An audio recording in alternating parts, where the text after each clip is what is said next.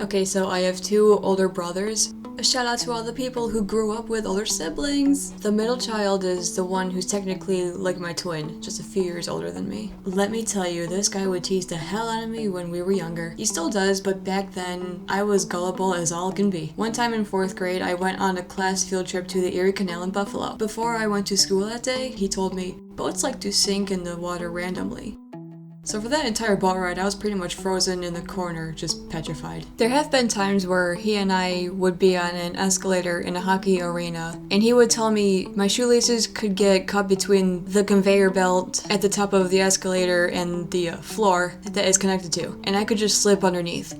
He told me pretty much the same thing the first time I tried a treadmill. If you're too far back on the treadmill, you can be sucked under the treadmill as it's going. I never went on a treadmill for like 2 years after that. But oh man, I will always remember good old Bloody Mary though. You know, pitch black bathroom, stand in front of the mirror, say the name 3 times, and bam, my face would appear in the mirror. Well, I became so fascinated by that theory that I wanted hard proof of it, but I never wanted to do it alone, and my brother wouldn't want to ever try it with me, so I remained curious about this for quite a few years before one day I got so bored while my brother was out, so I decided to try it out. I was a hardcore 13-year-old, I guess. So I went into the bathroom, closed the door with the lights off, and stood in front of the mirror. I was told that it works if you close your eyes and spin while speaking. Bloody Mary, Bloody Mary, Bloody Mary. I opened my eyes and saw nothing. I might remember seeing an orb of light, but I also recall that cars were passing at that time. I thought maybe I have to turn on the light and I'll see something. It took quite a few moments before building up the courage to turn on the damn light. When I did, I looked in the mirror and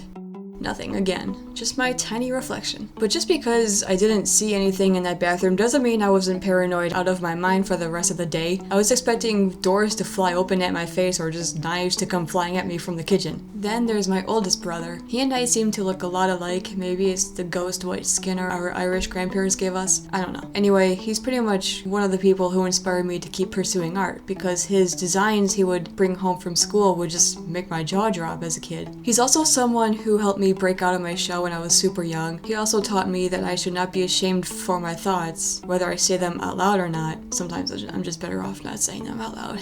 But whenever a new school year started for me, he became a troll. On the day before the first morning of classes, he would tell me, "Hey, the school called asking where you were. School started last week." But obviously he was just joking, but he's always been damn good at keeping a straight face. One time I got super bored and I started tickling my brother's foot, and then pow, kicked me right in the nose.